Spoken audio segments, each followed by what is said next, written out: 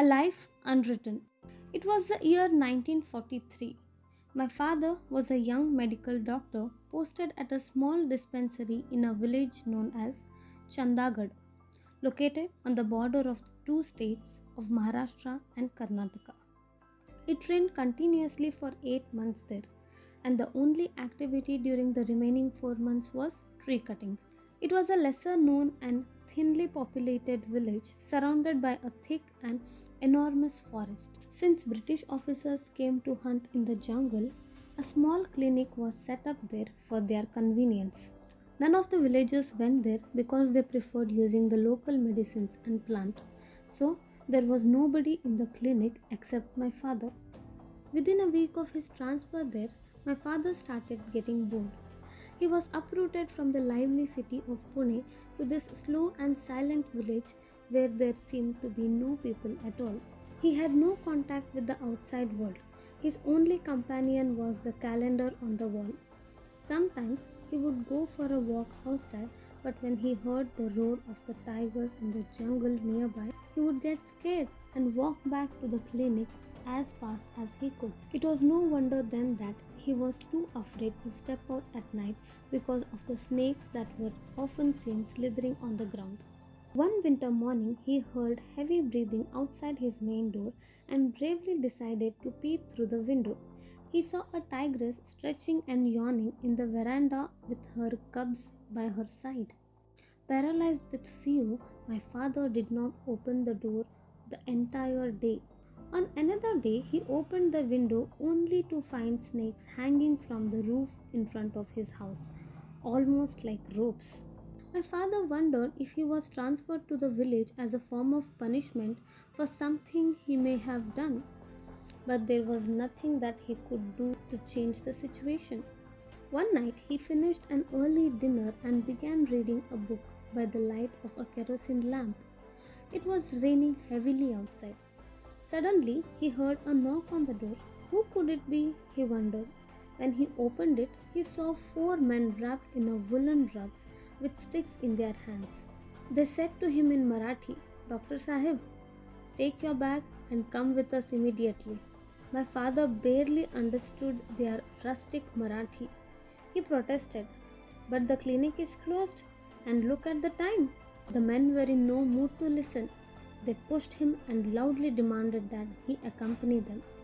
Quietly, my father picked up his bag and followed them like a lamb to the bullock cart waiting for them. The pouring rain and the moonless night disoriented him, and while he didn't know where they were taking him, he sensed that the drive might take some time. Using all the courage he had left, he asked, where are you taking me? There was no reply. It was a few hours before they reached their destination and the bullock cart came to a complete halt. By the light of a kerosene lamps, somebody escorted them. My father noticed the paddy fields around him, and in the middle of it all, he saw a house. The minute he set foot in the house, a female voice said, come, come, the patient is here in this room. For the first time since he had come to the village, my father felt that he could finally put his medical expertise to good use. The patient was a young girl, approximately 16 years old. An old lady was standing near the girl, who was obviously in labor. My father turned pale. He went back to the other room and told her family, look, I haven't been trained in delivering a baby, and I am a male doctor. You must call someone else. But the family refused to listen. That's not an option. You must do what needs to be done, and we will pay you handsomely, they insisted. The baby may be delivered alive or dead, but the girl must be saved. My father pleaded with them, please, I'm not interested in the money, let me go now. The men came close, showed him inside the patient's room, and locked the door from outside. My father became afraid. He knew he had no choice. He had observed and assisted in a few deliveries under the guidance of his medical college professors, but nothing more. Nervously, he started recalling his limited past experience and theoretical knowledge as his medical instincts kicked in. There was no table in the room. So he signaled the old lady, who appeared to be deaf and dumb, to help him set up a makeshift table with the sacks of paddy grains around them. Then my father extracted a rubber sheet from his bag and laid it out neatly on top of the sacks. He asked the girl to lie down on it and instructed the old lady to boil water and sterilize his instruments. By then, the contraction had passed. The girl was sweating profusely, and the doctor even more. She looked at him with big, innocent, teary eyes and slowly began, "Don't save me. I don't want to make it through the night." "Who are you?" "I am the daughter of a big zamindar here," she said in a soft voice. The rain outside made it hard for him to hear her. Since there was no high school in our village, my parents let me study in a distant town. There, I fell in love with one of my classmates. At first, I didn't know that I was pregnant. But once I found out, I told the baby's father, who immediately ran away. By the time my parents learned of what had happened, it was too late to do anything. That's why they sent me here, to this god-forsaken place where nobody would find out. She stopped as a strong contraction hit her. After a few minutes, she said, "Doctor, I'm sure that once the baby is born, my family will kill the child and beat me violently." Then she grabbed my father's arms as more tears gathered in her eyes. "Please don't try to save the baby or me. Just leave me alone here and let me die. That's all I want." At first, my father didn't know how to respond. Then he said her as gently as he could, "I am a doctor and I can't let a patient die when I know that I can do something to save him or her. You mustn't discourage me from doing my duty." The girl fell silent. The labor was hard, scary, and long, and finally, my father managed to deliver the baby successfully with the assistance of the old lady. The young girl was exhausted and sweaty at the end of the ordeal. She closed her eyes in despair and didn't even ask to see the baby. Hesitantly, she asked, "Is it a boy or a girl?" "It's a girl," replied my father while trying to check the baby's vitals. "Oh my God, it's a girl," she cried. "Her life will be just like mine, under the cruel pressure of the men in the family. And she doesn't even have a father." She began sobbing loudly, but my father was busy with the baby and barely heard her. Suddenly, the girl realized that something was wrong. "Doctor, why isn't the baby crying?" When she didn't get a reply, she continued, "I will be happy if she doesn't survive. She will be spared from a cursed life." My father held the baby upside down, gently slapped her, and instantly the baby's strong cries filled the room. When the men outside heard the baby cry, they opened the door and instructed him, "Doctor, get ready to live. We will drop you back." My father cleaned up his patient, gathered his instruments, and packed his bag. The old lady began cleaning the room. He looked at the troubled young girl and said, "Take the baby and run away from this place if you can find it in your heart to do so. Go to Pune and look for Pune Nursing School. Find a clerk there called Gokhale and tell him that RH has sent you. He will help you get admission in a nursing course. In time, you will become a nurse and lead an independent life with the ability to take care of your own needs. Raise your daughter with pride. Don't you dare leave her behind, or else she will end up suffering like you. That's my most sincere advice to you." "But doctor, how will I go to Pune? I don't even know where it is." "Go to the nearest city of Belgaum and then from there you can take a bus to Pune." My father said goodbye to her and came out of the room. An old man handed him 100 rupees. "Doctor, this is your fee for helping the girl with the delivery. I warn you, don't say a word about what happened here today. If you do, I will learn of it and your head will no longer be attached to the rest of your body." My father nodded, suddenly overtaken by a sense of calm. "I'm sorry," he said. "I think I forgot my scissors in the room. I will need it tomorrow at the clinic." He turned around and went back inside and saw the young girl gazing at the sleeping newborn with the tears in her eyes. When the old lady's back was turned towards him, my father handed over the money to the girl. "This is all I have with me right now," he said. "Use it and do what I have told you." "Doctor, what is your name?" she asked. "My name is Dr. R.H. Kulkarni, but almost everyone calls me R.H. Be brave, child. Goodbye and good luck." My father left the room and the house. The return journey was equally rough, and he finally reached home at dawn. He was dead tired, and soon sleep took over. The next morning, his mind wandered back to his first patient in the village and his first earning. He became aware of his shortcomings and wished he was better qualified in gynecology. However, his current shortage of funds made him postpone the dream for another day. A few months later, he got married and shared his dream of becoming a gynecologist with his wife. Time passed quickly. He was transferred to the different places in Maharashtra and Karnataka. He had 4 children along the way. By the time he turned 42, the couple had carefully saved enough money for further education, and my father decided to pursue his desire.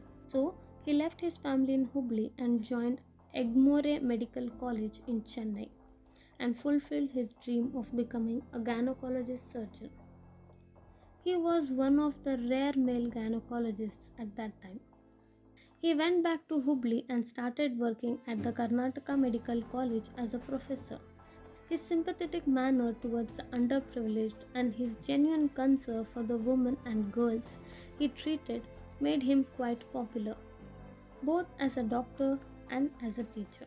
The same concern reflected in his liberal attitude towards his daughters, and he allowed them to pursue their chosen field of education, which was unheard of in those days. My father was an atheist. God doesn't reside in a church, mosque, or temple. He would often say, "I see them in all my patients." If a woman dies during childbirth, then it is the loss of one patient for a doctor. But for that child, it is a lifelong loss of a mother. And tell me, who can replace a mother? Despite his retirement, my father's love for learning did not diminish, and he remained active. One day, he went for a medical conference to another city. There, he met a young woman in her 30s. She was presenting cases from her experience in the rural areas. My father found her work interesting and went to tell her so after the presentation. "Doctor, your research is excellent. I'm quite impressed by your work," he said. "Thank you," she said. Just then, someone called out my father. "RH, we are waiting for you to grab some lunch. Will you take long?" The young woman asked, "What is your name, doctor?" "Dr. R.H. Kulkarni, or RH." After a moment of silence, she asked, "Were you in Chandagarh in 1943? "Yes, doctor, I live in a village around 40 kilometers away from here. May I request you to come home right now for a brief visit?" My father was unprepared for such an invitation. Why was she calling him to her house? "Maybe some other time, doctor," he replied, hoping to end the matter. But the woman was persistent.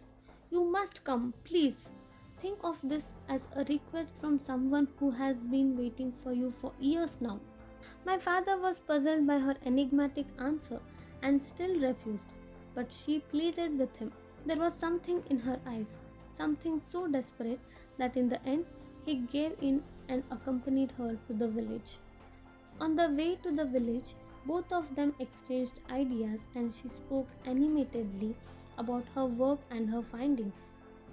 As the two of them approached her residence, my father realized that the house was also a nursing home. He walked in through the front door and saw a lady in her 50s standing in the living room. The young woman next to him said, "Ma, this is Dr. RH. Is he the one you have been waiting for all these years?" The woman came forward, bent down, and touched her forehead to my father's feet. He felt his feet getting wet from her tears. It was strange. Who were these women? My father didn't know what to do. He quickly bent forward, placed his hands on the older woman's shoulder, and pulled her up. Doctor, you may not remember me, but I can never forget you. Mine must have been your first delivery. Still, my father couldn't recognize her. A long time ago, you lived in a village on the border of Maharashtra and Karnataka. One night there was a heavy downpour, and you helped me, a young, unmarried girl then, through childbirth. There was no delivery table in the room, so you converted stacks of paddy sacks into a makeshift table. Many years later, I gave birth to a daughter. In a flash, the memories came flooding back, and my father recollected that night. Of course, I remember you, he said. It was the middle of the night, and I urged you to go to Pune with your newborn. I think I was as scared as you. You gave me 100 rupees, which is what my family paid you for the delivery. It was a big amount in those days, and still you handed it all over to me. Yes, my monthly salary was 75 rupees then, added my father with a smile. You told me your last name, but I couldn't hear it because of the defeating sound of the rain. I took your advice, went to Pune, found your friend Gokhale, and became a nurse. It was very, very hard, but I was able to raise my daughter on my own. After such a terrible experience, I wanted my daughter to become a gynecologist. Luckily, she shared my dream too. Today, she is a doctor and is also married to one, and they practice here. At one point, I spent months searching for you, but with no luck. Then we heard that you had moved to Karnataka after the reorganization of the state departments in 1956. Meanwhile, Gokhale also passed away, and I lost all hopes of ever finding you. I prayed to God to give me a chance to meet you, and thank you for showing me the right path at the right time. My father felt like he was in a Bollywood movie and was enchanted by the unexplained mystery of life. A few kind words and encouragement had changed a young girl's life. She clasped her hands together. We are so grateful to you, Doctor. My daughter wanted to call you for the inauguration of the nursing home here, and we were very disappointed at not being able to reach you then. Time had passed, and now the nursing home is doing very well. My father wiped his moist eyes and looked around to see the name of the nursing home. He looked to the right and found himself staring at it. RH Diagnostic.